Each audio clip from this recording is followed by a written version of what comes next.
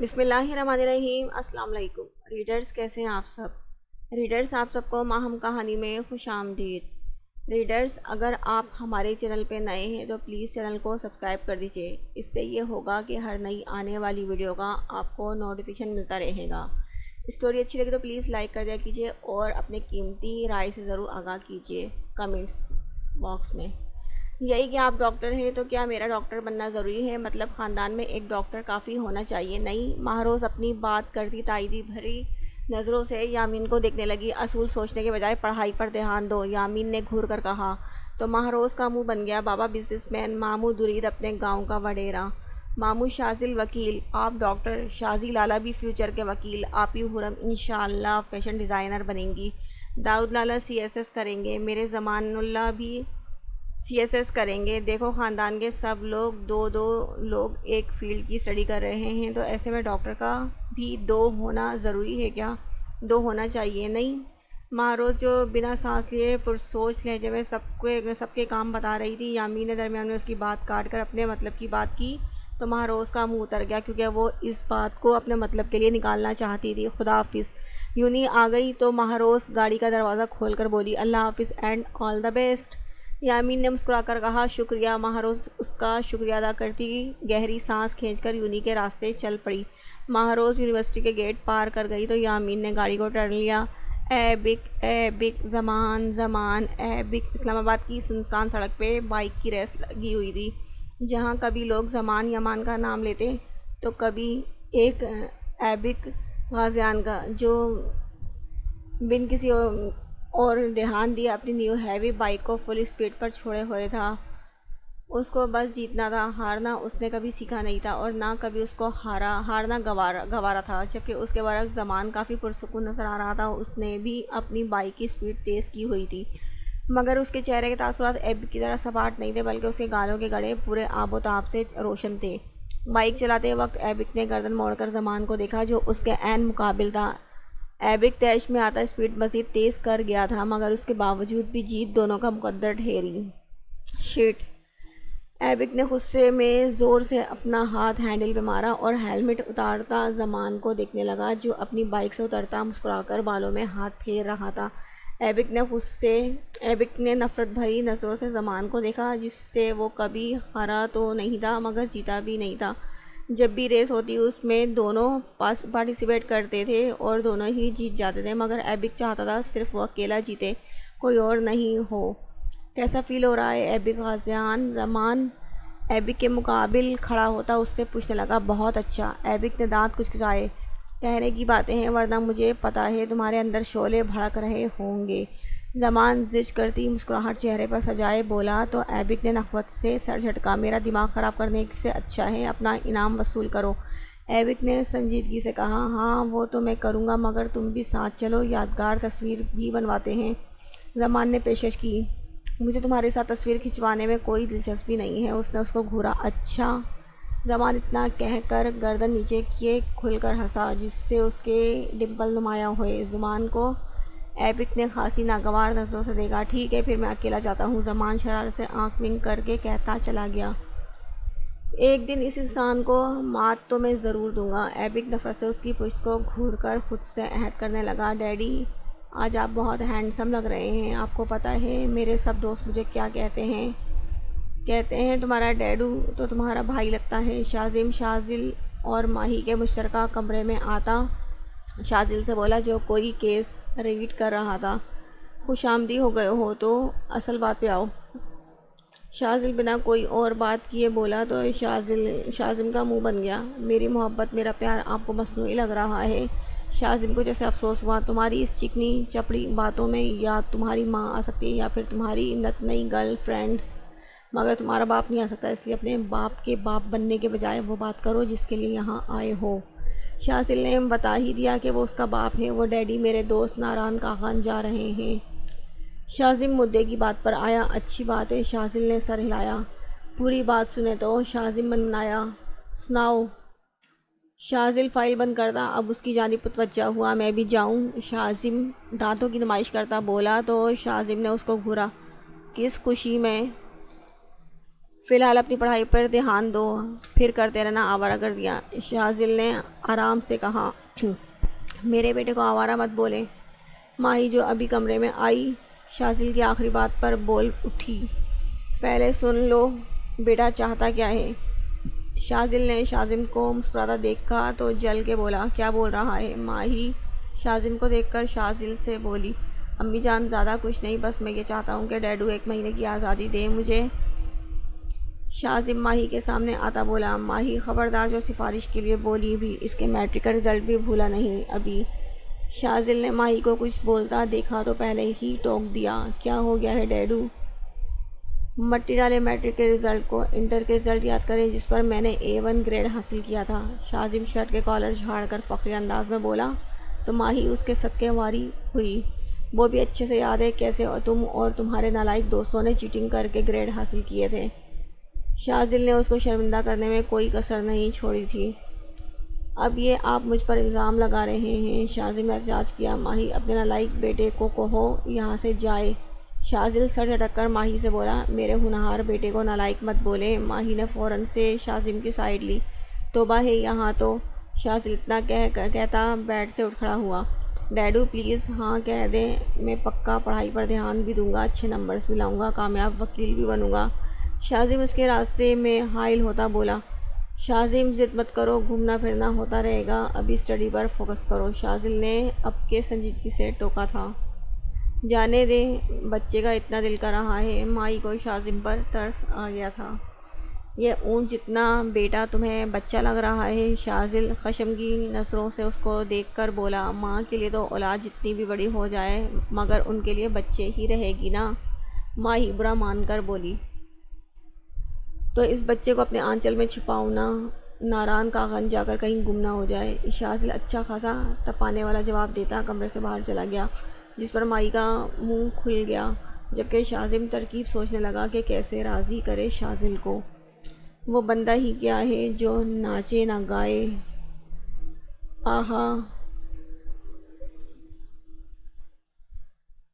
آہا تو میں تو ہاتھ ڈال دے کوئی ڈانس پر ڈانس، ڈانس پہ چانس مار لے، او سونیا ڈانس کے چانس مار لے، سونیا ڈانس کے چانس مار لے، ڈانس پر چانس مار لے۔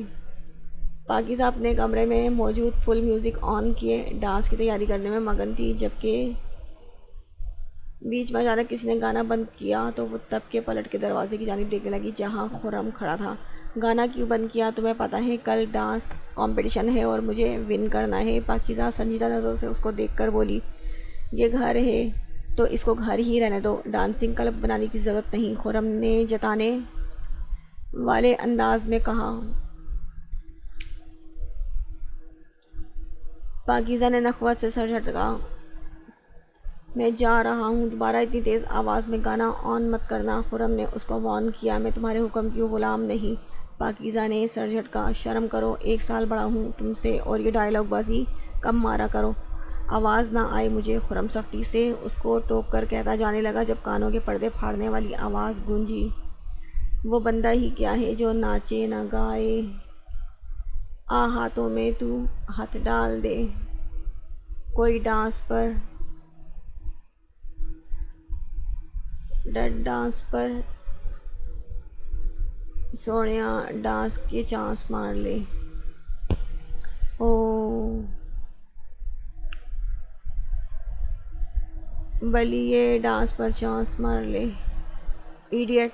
خرم اس کے کمرے کا دروازہ ٹھا کی آواز کے ساتھ بند کرتا چلا گیا، جس پر پاکیزہ نے اپنا سر جھٹکا۔ اس کے لیے فی الوقت کمپٹیشن جتنا معنی رکھتا تھا۔ مہروز یونی کے بعد واپس آ کر خاموشی سے بیٹھ گئی تھی، پاس مہروز کتابوں میں گھسی ہوئی تھی۔ گائز تم لوگوں کو پتہ ہے کل کیا ہوا تھا میرے ساتھ؟ میرب دونوں کے مشترکہ کمرے میں داخل ہوتی پرجوش لہجے میں بولی، کیا میں وہاں تھی؟ مہروز نے پوچھا۔ نہیں، میرب نے بس اتنا کہا۔ تو کیسے پتہ ہوگا کیا ہوا تھا؟ مہروز کی بات پر میرب بدمزہ ہوئی، جبکہ مہروز خاموش بیٹھی ہوئی تھی۔ کل نا ایک لڑکا مجھے ملا تھا، قسمیں کیا فلمی سچویشن ہو گئی تھی، پورا ایکشن جیکشن والا سین ہو گیا تھا، میرب نے پرجوش آواز میں کہا۔ تو ماہروز اب دلچسپ نظروں سے اس کو دیکھنے لگی۔ پھر تو اجے دیوگن بھی ہوگا، ماہروش نے کہا۔ تو ماہروز نے اور میرب دونوں نے اس کو گھورا تھا۔ تم اتنی رومانٹک کیوں ہو؟ میرب چڑھ کر بولی۔ میں نے بس ایک بات کہی۔ ماہروش نے کندھے اچکائے۔ سچی بڑے مزے کا سین تھا، اور وہ لڑکا اتنا ہینڈسم۔ شرم کرو، کسی نامحرم کی تعریف کرنا غلط بات ہوتی ہے۔ میرب کچھ کہنے والی تھی جب ماہروش نے اس کو ٹوکا، اور جو تم آدھا گھنٹہ نامحرم کے ساتھ بحث مباحثوں میں بیٹھ گئی تھی وہ غلط بات نہیں۔ ماہروز نے میرب کا ساتھ دے کر دوستی کا حق ادا کیا۔ توبہ ہے، اب انسان کسی کو کچھ سمجھا بھی نہیں سکتا، اور میں کوئی شوق سے اس کے ساتھ بحث میں نہیں پڑی تھی۔ میرا بس چلے تو میں کبھی اس کی شکل بھی نہ دیکھوں۔ ماہروش منہ کے زاویے بگاڑ کر بولی۔ کس کی بات ہو رہی ہے؟ میرب ناسمجھی سے ان کو دیکھنے لگی۔ ہے کوئی بات میں بتاتی ہوں، ماہروز نے اس کو تسلی کروائی تھی۔ تم دونوں کرو نامحرم مرد کی تعریف، میں تو جا رہی ہوں۔ ماہروش اپنی کتابیں لے کر کمرے سے باہر چلی گئی تو میرب نے حیرت سے اس کو جاتا دیکھا تھا۔ ویسے یہ تمہاری بہن ایسی باتیں کرتی ہے، سننے والا شرمندہ ہو جاتا ہے۔ اس کو ایسا محسوس ہوتا ہے جیسے دنیا جہاں کے گناہ اس نے سرزد ہوئے ہوں۔ میرب منہ بنا کر بولی۔ روش کو چھوڑو، یہ بتاؤ تم کس کی بات کر رہی تھی؟ ماہروز اشتیاق بھرے لہجے میں پوچھنے لگی۔ بس یار، کل وہ فرشتہ بن کر آیا تھا، اگر وہ نہ آتا تو آج میری لاش تمہارے سامنے ہوتی۔ میرب بڑے افسوس بھرے لہجے میں کہتی اپنے نادیدہ آنسو صاف کرنے لگی۔ ایسی بات کیوں کر رہی ہو؟ ماہروز جذباتی ہو گئی۔ ایک نہیں، دو نہیں، 5 غنڈے پیچھے پڑ گئے تھے میرے، میرب نے بتایا۔ تو ماہروز نے بے ساختہ اپنے منہ پر ہاتھ رکھا۔ واقعی؟ ماہروز حیرت سے اس کو دیکھنے لگی۔ اور نہیں تو کیا، وہ تو شکر تھا اللہ نے بچا لیا، میرب نے کہا۔ مگر تم بچ کیسے گئی؟ ماہروز نے جاننا چاہا۔ بتایا تھا جو وہ لڑکا فرشتہ بن کر آیا تھا، میرب نے کہا۔ وہ لڑکا کون؟ نام بھی تو کوئی ہوگا؟ ماہروز بدمزہ ہوتی بولی۔ نام کا تو پتہ نہیں، میرب نے کندھے اچکائے جواب دیا۔ ویسے دیکھنے میں کیسا تھا؟ ماہروز کچھ سوچ کر پوچھنے لگی۔ اچھا تھا۔ تم اس کو چھوڑو، یہ بتاؤ تمہاری بہن کس سے لڑ جھگڑ کر آئی ہے؟ میرب نے اس کی توجہ ماہروش کی طرف کروائی۔ وہ نہیں لڑی، اصل میں اس کی بھی ملاقات ایک خود سر لڑکے سے ہوئی تو وہی بحث ہوئی تھی۔ وش بتا رہی تھی اس کا ایکسیڈنٹ ہوتے تھے، بچ گیا۔ ماہروز نے بتایا۔ تھا کون وہ؟ میرب نے بات سننے کے بعد پوچھا۔ اشرف المخلوقات میں کوئی بھی ہو سکتا ہے، ماہروز نے کہا۔ تو میرب نے گہری سانس خارج کی تھی۔ میرا اور روش کا یونی سیم ہے، اچھا ہوتا جو تم بھی ہوتی، میرب نے ماہروز سے، جس کی شکل اس کی بات سن کر ابتر سی ہو گئی تھی۔ ہاں مگر تم دونوں ساتھ نہیں جاتی نا؟ ماہروز نے بات بدلی۔ سبجیکٹ علیحدہ ہیں، میرب نے بتایا۔ ماہروز نے ہنکارا بھرا۔ بہن اپنی اسٹائلش مولانی بہن کو بول میری کال ریسیو کرے۔ شاذم دھپ سے داؤد کے ساتھ بیٹھ کر بولا۔ ہماری بہن ہے وہ؟ داؤد جو گیم کھیل رہا تھا شاذم کی بات سن کر بولا۔ جانتا ہوں تمہارے قافلے کی بہن ہے، ابھی جاؤ اور وہ کرو جو کہا ہے، شاذم نے اس کو گھور کر کہا۔ آپ خود جائیں نا، یا میسج کریں، داؤد نے کہا۔ داؤد بھائی نہیں ہو میرے، جاؤ اور جا کر وہ کام کرو جو میں نے کہا ہے، شاذم نے پچکارنے والے انداز میں کہا۔ تو داؤد نہ چاہتے ہوئے بھی اٹھ کھڑا ہوا۔ آپ ہی شازی لالا کہہ رہے ہیں، ان کی کال ریسیو کریں، داؤد حرم کے کمرے میں آتا ہوا بولا، جس کے چہرے پر ماسک لگا ہوا تھا۔ اس کو کہو حرم درید رات کے وقت نامحرم سے بات نہیں کرتی۔ حرم شان بے نیازی سے بولی۔ یار آپ ہی کر لیں بات، کیا پتہ کوئی ضروری بات ہو، ورنہ وہ کبھی ہمیں نہیں بھیجتے یہاں۔ 20 سال کا ہونے والا ہوں، پر خود کو ایسا لگتا ہے جیسے ہم کوئی خبری کار ریڈیو ہیں، داؤد بنا سانس لیے بولا۔ تو حرم اس کو گھورنے لگی۔ اچھا جاؤ ہم کرتے ہیں بات، حرم سر جھٹک کر بولی۔ تو داؤد شکر کا سانس ادا کرتا کمرے سے باہر چلا گیا، جبکہ حرم چہرے سے ماسک اتارتی اپنے سیل فون کی جانب متوجہ ہوئی، جہاں شاذم کی 30 مسڈ کالز لگی ہوئی تھی۔ جانے کیا مصیبتیں، حرم بڑبڑاتی شاذم کو کال بیک کرنے لگی، جو پہلی ہی بیل پر ریسیو ہو گئی تھی۔ یہ تم میری کال کیوں ریسیو نہیں کر رہی؟ شاذم نے تیز آواز میں کہا۔ کیونکہ ہم مصروف تھے، حرم نے جواب دیا۔ میاں صدر لگی ہوئی ہو نا اس ملک کی، شاذم نے تنزیہ کہا۔ کام کی بات پر آؤ، خرم نے بیزاری سے کہا۔ ڈیڈو نہیں مانے، شاذم نے بتایا۔ مجھے پتا تھا، خرم خوش ہوئی۔ تم نے کہا تھا میری مدد کرو گی، شاذم نے اسے یاد کروایا۔ کہا تھا، مگر وہ آخر اب ایکسپائر ہو چکی ہے ڈیٹ۔ خرم زج کرنے والے انداز میں بولی۔ اسائنمنٹ بنا کر دوں گا، شاذم نے دانت پیسے۔ خرم نے انکار کر دیا۔ پھر کیا چاہتی ہو تم؟ شاذم کو خود پر ضبط کیے بولا۔ زیادہ نہیں، بس تم ہمیں اپنی بلیک شرٹ دو۔ سچی ہمارا اس پر دل آ گیا ہے، ساتھ میں جو تمہارے پاس کالے جوگرز ہیں وہ بھی دو۔ خرم پرجوش لہجے میں بولی۔ دماغ کا فیوز ڈھیلا ہو گیا کیا؟ وہ میری نئی ٹی شرٹ ہے جو میں نے ایک بار بھی نہیں پہنی، اور جو جوگرز کا تم نام لے رہی ہو میرے فیورٹ ہیں۔ شاذم نے صاف لفظوں میں منع کیا۔ مرضی ہے، ہم بھی نہیں کریں گے پھر مدد، خرم آرام سے کہتی۔ کال کٹ کر گئی، جس پر شاذم موبائل اسکرین کو گھورتا صبر کے گھونٹ بھرنے لگا۔ خرم افندی کو ان سب نے ہلکے میں لے لیا ہے۔ خرم ناک منہ چڑھا کر واش روم میں گھس گئی تاکہ اپنا چہرہ دھو سکے۔ تمہاری بہن نا بڑی کوئی مطلبی ہے، شاذم دانت پیس کر داؤد سے بولا۔ لائک یو، داؤد نے جلے پر نمک چھڑکا تو شاذم نے مکہ اس کے بازو پر جڑا۔ اچھا ہماری بات تو سنیں، داؤد ہنس کر بولا۔ ایک شرط پہ، شاذم نے کہا۔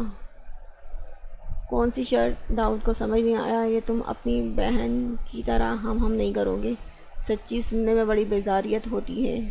اچھا ٹھیک ہے، آپ ہماری نہیں بلکہ میری بات سنیں، داؤد نے کہا تو شاذم اس کی جانب متوجہ ہوا۔ کہو، شاذم نے گویا اجازت دی۔ آپ مجھے 50,000 دیں، پھر میں آپ کا کام یوں چٹکی میں کر دوں گا، داؤد نے کہا تو شاذم آئی برو اچکاتا اس کو گھورنے لگا۔ سچی ایک بات بتا، ہر ماہ تمہیں پاکٹ منی پوری ملتی ہے، پھر تمہاری حالت کیوں فقیروں جیسی ہوتی ہے؟ شاذم پرسوچ لہجے میں بولا۔ بہت برا لطیفہ تھا، داؤد منہ بنا کر بولا۔ نہیں، میں سنجیدہ ہوں، سچی بات بتا، کس کے اوپر تم پیسے لٹاتے ہو؟ آخر کتنی لڑکیوں کو اپنے جال میں پھنسایا ہوا ہے؟ شاذم مشکوک نظروں سے اس کو دیکھ کر خاصے مشکوک لہجے میں پوچھنے لگا۔ لا حول ولا قوت، آپ یہ کیسی باتیں کر رہے ہیں؟ میں بہت نیک شریف انسان ہوں، داؤد بنا۔ پھر تمہیں 50,000 کیوں چاہیے؟ شاذم نے کہا۔ پہلے مجھے گارنٹی دیں، آپ مجھے 50,000 دیں گے اور 10,000 معاوضہ الگ سے دیں گے، داؤد نے گارنٹی چاہی۔ یہ تمہارا لالچ کیوں بڑھ گیا؟ شاذم نے اس کو گھورا۔ لالچ کے ساتھ یا تو آپ میری ہتھیلی پر 50,000 کیش یا چیک رکھیں یا پھر حقیقت جان کر دیں۔ 10,000 زیادہ دیں، داؤد شانے بے نیازی سے بولا۔ دونوں بہن بھائی پہلے نمبر کے بلیک میلر ہو، شاذم نے دانت کچکائے۔ پیسے دینا سچی، میرے پاس 1,000 تک کا نوٹ نہیں، تبھی حویلی میں قیام پذیر ہوا ہوں۔ سوچا تھا چھٹیوں پر مزے کروں گا، مگر خالی ہاتھ کیسے مزے؟ کہاں کے مزے؟ داؤد دکھ بھرے لہجے میں بولا۔ تو رک، میں چیک لاتا ہوں، شاذم اٹھ کر بولا۔ ہے واقعی؟ داؤد کی بتیسی کھل گئی تھی پوری۔ شاذم اتنا کہتا وہاں سے اٹھا تو داؤد بھی اس کے پیچھے گیا۔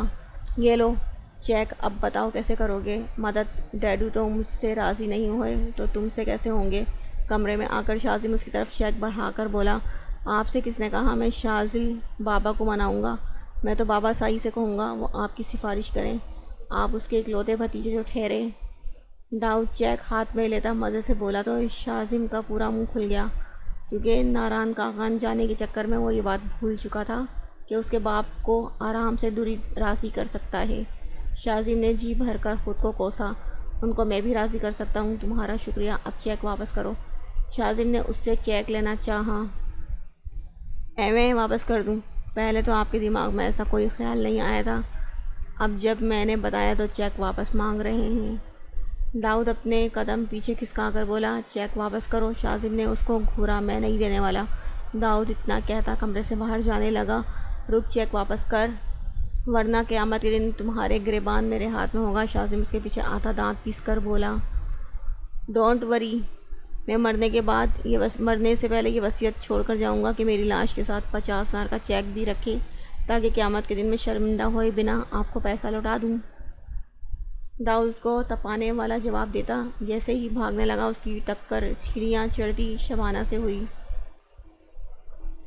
یہ کیا حویلی میں طوفان مچایا ہوا ہے؟ شبانہ نے دونوں کو گھورا۔ فی الوقت ہمارے پاس ایسی غیبی طاقت تو نہیں جس سے ہم طوفان مچا سکیں۔ شاذم جو داؤد کے پیچھے آیا تھا شبانہ کی بات سن کر بولا، تم سے کسی نے کچھ پوچھا؟ شبانہ اس کے جواب پہ جل کے بولی، آپ کو کسی نے بتایا؟ میں تو خود کو تسلی کروا رہا تھا کہ ایسی طاقت ہمارے پاس میسر نہیں۔ شاذم نے مزید تپایا۔ رات کے وقت یوں الو کی طرح جاگنے کا مقصد شبانہ ایک تیز گھوری سے شاذم کو نوازتی داؤد سے بولی، ہم تو سوئے ہوئے تھے، بس نیند میں چلتے چلتے آپ سے یوں اچانک ٹکرا گئے۔ ویسے آپ نے پہلے کیا کہا تھا؟ ہم نیند میں ہونے کی وجہ سے سمجھ نہیں پائے۔ داؤد اداکاری کی حدیں توڑ کر بولا تو شاذم نے داد دیتی نظروں سے اس کو دیکھا۔ نظر آ رہا ہے کتنا نیند میں ہو تم، شبانہ نے طنز کیا۔ شکریہ، ویسے ایک معصوم سا سوال، آپ کیوں اس وقت جاگ رہی ہیں؟ بلکہ اس وقت تو الو جاگتے ہیں۔ داؤد تشویش لہجے میں پوچھنے لگا تو شاذم کا چھت پھاڑ کہا چھوٹا تھا، بد اخلاق۔ شبانہ دونوں کو ناپسندہ نظروں سے دیکھ کر وہاں سے چلی گئی۔ ماننا پڑے گا، ویسے ایسے کاموں میں تمہارا دماغ بہت چلتا ہے۔ شاذم تھوڑی دیر پہلے والا واقعہ بھلا کر اس کے کندھوں پر ہاتھ رکھ کر بولا، جی میری تو زبان اور دماغ دونوں چلتا ہے، خیر سے، پر بڑھتی ہوئی عمر کے ساتھ لگتا ہے آپ کو فالج کا اٹیک آ گیا ہے۔ اس سے پہلے شاذم کو چیک دوبارہ یاد آ جاتا۔ داؤد فاصلہ قائم کرتا اپنی بات کہہ کر وہاں سے بھاگا تو ساری بات سمجھ جانے پر شاذم ہاتھ مسلتا رہ گیا۔ اف، آپ کے کمرے میں کتنی اسمیل آ رہی ہے شراب کی۔ اگلے دن خرم ایبک کے کمرے میں آیا تو وہاں شراب کی خالی بوتلیں دیکھ کر عجیب منہ کے زاویے بناتا کھڑکیوں کے پٹ کھول دیے، جبکہ ایبک بے نیازی سے لیٹا ہوا تھا۔ آپ نے یوں نہیں جانا کیا؟ خرم نے اس کو ایک جگہ ٹکا دیکھ کر پوچھنا چاہا۔ ایبک اپنی آنکھیں مسل کر بولا، جانا ہے۔ ٹھیک ہے، آپ تیار ہو جائیے، پھر ساتھ چلتے ہیں۔ خرم نے کہا، پہلے تم یہ میرے کمرے کی صفائی کرنے کا کہو۔ ایبک بیڈ سے اٹھ کھڑا ہوا۔ جی وہ تو میں ہی بولوں گا، خرم سر جھٹک کر بولا۔ ہاں، اور میرے کپڑے بھی نکال دینا۔ ایبک نے نیا حکم صادر کیا۔ ہیں آپ کا بھائی ہوں، بیوی نہیں، خرم تپ کے بولا۔ جب تک بیوی نہیں تب تک تو ہی کرے گا، ایبک آرام سے کہتا فریش ہونے کے لیے چلا گیا۔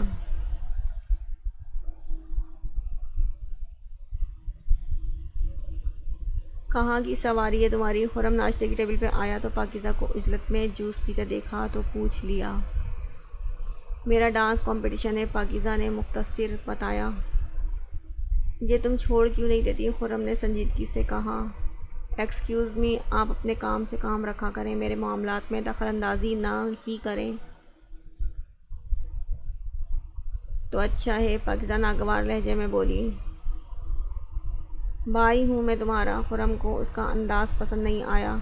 میرا کوئی ولی وارث نہیں، اس لیے دوبارہ مجھے بتانے کی کوئی ضرورت نہیں، پاکیزہ اپنا بیگ گلے میں ڈال کر بولی۔ اگر تمہارا کوئی ولی وارث نہیں تو یہاں کیوں ہو؟ دفع کیوں نہیں ہو جاتی پہلی فرصت میں؟ ایبک جو ابھی فریش ہو کر آیا تھا پاکیزہ کی بات سنی تو سخت لہجے میں کہا، وقت آیا تو یہاں سے دفع بھی ہو جاؤں گی، بے فکر رہیں۔ پاکیزہ نخوت سے سر جھٹک کر بولی، تم جاؤ جہاں تمہیں جانا ہے۔ خرم نے بات بڑھتی دیکھی تو اس سے کہا۔ وہ جانتا تھا پاکیزہ کو سمجھانا دیوار سے سر مارنے کے مترادف تھا۔ مجھے کہیں آنے جانے کے لیے کسی کی اجازت کی ضرورت نہیں ہے۔ پاکیزہ اپنی بات کہہ کر وہاں رکی نہیں تھی۔ ڈیڈ اس کو یہاں سے نکالتے کیوں نہیں؟ ایبک غصے سے بولا۔ بگ بی کیا ہو گیا ہے؟ بہن ہے وہ ہماری۔ خرم اس کے کندھے پہ ہاتھ رکھ کر بولا، ہماری بہن نہیں ہے، وہ بس ڈیڈ کی بیٹی ہے۔ ایبک نے باور کروایا۔ خون تو ایک ہے نا؟ اور پاکیزہ کو چھوڑیں، بیٹھ کر ناشتہ کریں۔ خرم رسانیت سے بولا، مجھے نہیں کرنا ناشتہ۔ ایبک سنجیدگی سے کہتا باہر کی جانب بڑھ گیا، میں تو کر لوں۔ خرم ٹھنڈی سانس خارج کرتا آرام سے چیئر گھسیٹ کر بیٹھ گیا۔ کانگریٹس، اب ہمارا حصہ نکالو، شاباش۔ داؤد شہر آیا تو سب سے پہلے ملاقات اس کی زمان سے ہوئی تھی، جس نے اپنی ریس جیتنے کا بتایا تو داؤد نے فوراً سے کہا، تمہارا کون سا حصہ نکلتا ہے؟ زمان نے اس کو گھورا۔ ساری رات جاگ کر وظائف کیے تھے، داؤد نے جتایا تو اس نے اس قدر جھوٹ پر زمان نے تعصب سے سر کو جنبش دی۔ ویسے اگر میں اکیلا جیت جاتا تو 50 لاکھ ملتے، مگر 25 لاکھ ملے ہیں، ابھی باقی ہے 25 بعد میں ملیں گے ایسا انہوں نے کہا ہے۔ زمان نے بتایا وہ جانتا تھا پیسے لینے کے بغیر داؤد ٹلنے والا نہیں۔ یہ کیا بات ہوئی، تمہیں تمہارا حصہ الگ سے ملنا چاہیے تھا، اور اگر نہیں ملا تو کوئی بات نہیں، تم یہ پیسے مجھے دے دو، باقی کے پیسے جب میرے تو رکھ لینا۔ داؤد نے احسان کرنے والے انداز میں کہا، میں نہیں دینے والا اس بار، کیونکہ تم وہاں نہیں تھے اور نہ ہی مجھے اپریشیٹ کیا تو کس چیز کے پیسے۔ خبردار، خطرناک طریقے سے بائک میں نے چلائی تھی، زمان کو تب چڑھی، مجھ سے بگاڑو مت ورنہ میری زبان پھپھو جانی کے سامنے نان اسٹاپ ہو جائے گی۔ میں ان کو بتا دوں گا تمہارے کارنامے کہ کیسے تم سڑک پہ زگ زیگ کی طرح بائک چلاتے ہو، کیسے بائک کا اگلا پہیہ اٹھا دیتے ہو۔ داؤد دھمکی آمیز لہجے میں بولا، تمہارے جیسے دوست ہوتے ہیں جس سے انسان شیطان سے پناہ مانگنے کے بجائے دوستوں سے مانگتا ہے۔ زمان تب کر کہتا والیٹ سے چیک نکالنے لگا، بس کبھی غرور نہیں کیا۔ داؤد بالوں میں ہاتھ پھیر کر دلکشی سے بولا، پکڑو، اب یہ بھی بتا دو کس ہوتی سوتی کو شاپنگ کرواؤ گے۔ زمان نے طنزیہ کہا، کیا یار میں سب کو ایسا کیوں لگتا ہوں؟ ضروری ہے کسی لڑکی کا سین ہو، انسان خود کے لیے بھی تو پیسہ خرچ کر سکتا ہے نا۔ داؤد بدمزہ ہوتا بولا، میری دعا ہے تمہیں خرچالو بیوی ملے جس سے تم جو اب ایک دفعہ پہنی شرٹ دوبارہ نہیں پہنتے، بعد میں ایک ہی شرٹ 4 سے 5 مرتبہ پہنو۔ زمان باقاعدہ اپنے ہاتھ اٹھا کر دعائیہ انداز میں بولا، ہاں بہت فنی، مجھے بڑا مزہ آیا۔ داؤد کہا لگا کر بولا، بس تم اب میری دعا کا اثر دیکھنا۔ زمان نے کہا، دیکھ لیں گے، مگر کچھ دعائیں الٹا اثر کرتی ہیں تو تم اپنی طرف سے خیر ماننا۔ داؤد نے کہا، تمہارا جوک میرے جوک سے زیادہ فنی تھا، سچی ہنس ہنس کے پیٹ میں درد ہو رہا ہے۔ زمان نے طنزیہ کہا تو داؤد نے آنکھیں گھمائیں، اندھوں کی کمی نہیں یہاں۔ مہاروش جلدی سے اپنے ڈپارٹمنٹ کی جانب جا رہی تھی جب اس کا اچانک کسی کے ساتھ تصادم ہوا تو بنا سامنے دیکھنے والے کو دیکھتی بڑبڑا کر نیچے جھک کر اپنا گرا موبائل اور فائل اٹھانے والی تھی جب کسی نے اس کا موبائل کے اوپر اپنا پاؤں رکھ دیا۔ مہاروش بلیک شوز کو کاٹدار نظروں سے دیکھ کر اپنا سر اٹھایا تو نظر سامنے ایبک غازیان پہ پڑی جو سپاٹ تاثرات سے اس کو دیکھ رہا تھا۔ پاؤں ہٹاؤ اپنا، مہاروش نے سنجیدگی سے کہا۔ نہیں اٹھاتا، پہلے تم سوری بولو مجھے۔ ایک دم سخرانہ نظروں سے اس کو دیکھ کر بولا، معافی مانگتی ہے میری جوتی، میں نے کہا اپنا پاؤں ہٹاؤ ورنہ مجھ سے برا کوئی نہیں ہوگا۔ مہاروش سخت لہجے میں بولی، کیا کرو گی تم اور کر کیا سکتی ہو؟ ایبک نے جیسے اس کا مذاق اڑایا۔ ہر آتا جاتا اسٹوڈنٹ ان کو معنی خیز نظروں سے دیکھ کر جا رہا تھا، مگر اس کی بات میں مہاروش نے زور سے چٹکی اس کی ٹانگ پہ کاٹی جس پہ ایبک بلبلاتا اپنا پاؤں اوپر کر گیا۔ مہاروش اپنا سیر اٹھا کر کھڑی طنزیہ نظروں سے اس کو دیکھنے لگی۔ تم جنگلی بلی۔ ایبک خونخوار نظروں سے اس کو دیکھنے لگا جو اپنے سیل سے شاید سم کارڈ نکال رہی تھی۔ تم میرے سامنے مت آیا کرو، سخت چڑ ہوتی ہے مجھے تم جیسے مردوں سے جو زمین پر خود کو خدا سمجھ کر بیٹھے ہیں۔ مہاروش اپنا سیل فون اس کی جانب پھینک کر دانت پیس کر بولی جو ایبک کے سینے سے لگتا نیچے گر پڑا تھا۔ ایبک حیرت سے اس کو دیکھنے لگا۔ تم خود کو سمجھتی کیا ہو؟ ایبک نے ہاتھوں کی مٹھیاں بھینچی۔ میں خود کو جیسا بھی سمجھوں، مگر میں تمہیں وارن کر رہی ہوں، میرے سامنے دوبارہ مت آنا اور نہ ہی میری کسی چیز کو اپنا یہ لمس دینا۔ مہاروش انگلی اٹھا کر وارن کرتی کلاس میں داخل ہوئی تھی۔ ایبک کے اندر آگ کے شعلے بھڑکنے لگے تھے۔ مجھے تو سمجھ نہیں آتا تم کیوں آخر اس لڑکی کو برداشت کر رہے ہو؟ فرید اور فیاض ایبک کے پاس آئے تو فرید نے کہا، اس سے تو میں سارے حساب باغ کر کے رہوں گا، پہلے لڑکی سمجھ کر لحاظ کیا مگر اب نہیں۔ ایبک سرخ ہوتی آنکھوں سے بولا، میری مان چھوڑ، تو اس کے راستے میں نہ آیا کر، ویسے بھی وہ لڑکی بہت مختلف ہے، پورا ایک ہفتہ ہو گیا ہے اس کو یونی جوائن کیا، چہرہ تو بہت دور کی بات ہے کسی نے اس کے ہاتھ تک نہیں دیکھے۔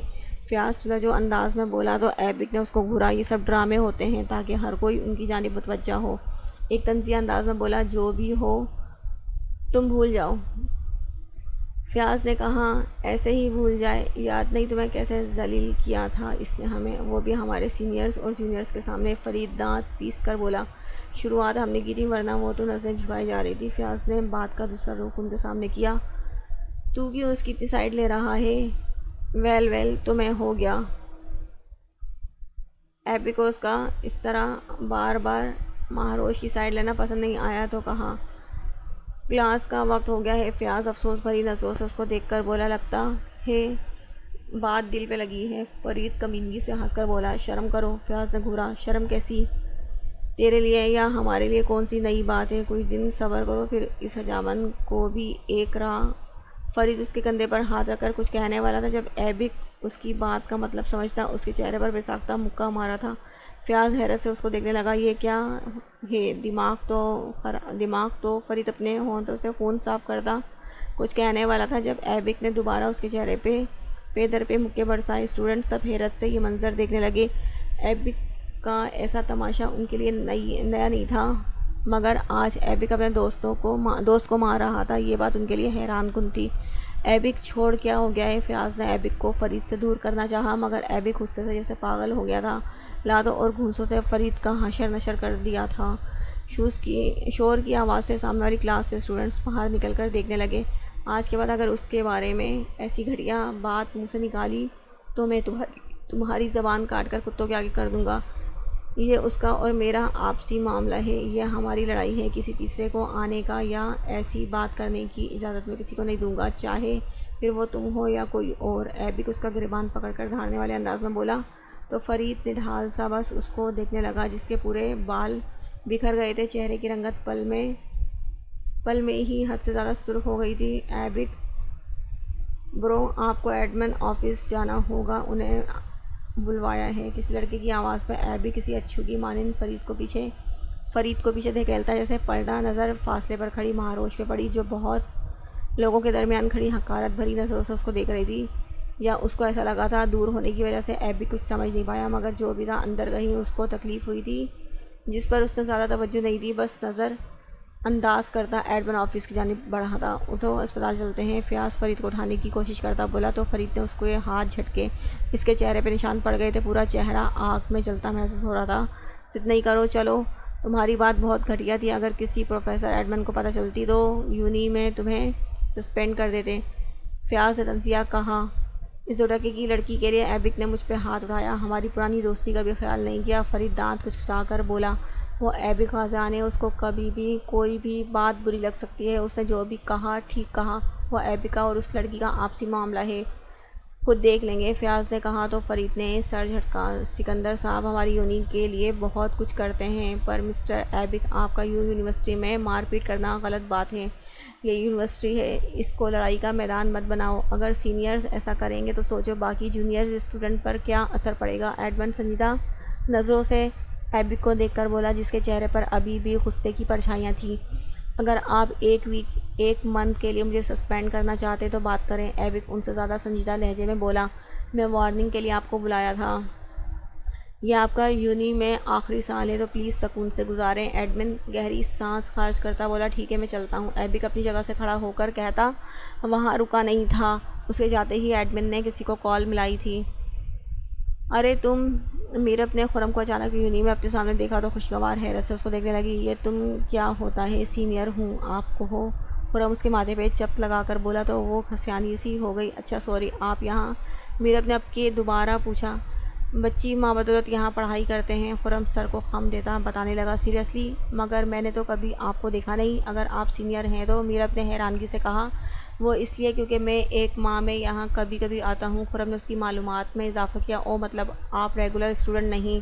میرب نے سمجھنے والے انداز میں سر کو ہلا کر کہا، جی ٹھیک پہچانا، ویسے میں کینٹین جا رہا تھا، تم چلو گی ساتھ؟ خرم نے آفر کی۔ نو تھینکس، میری کلاس کا وقت ہو گیا ہے۔ میرب ہاتھ میں پہنی گھڑی میں وقت دیکھ کر اس سے معذرت خواہ ہوئی تھی۔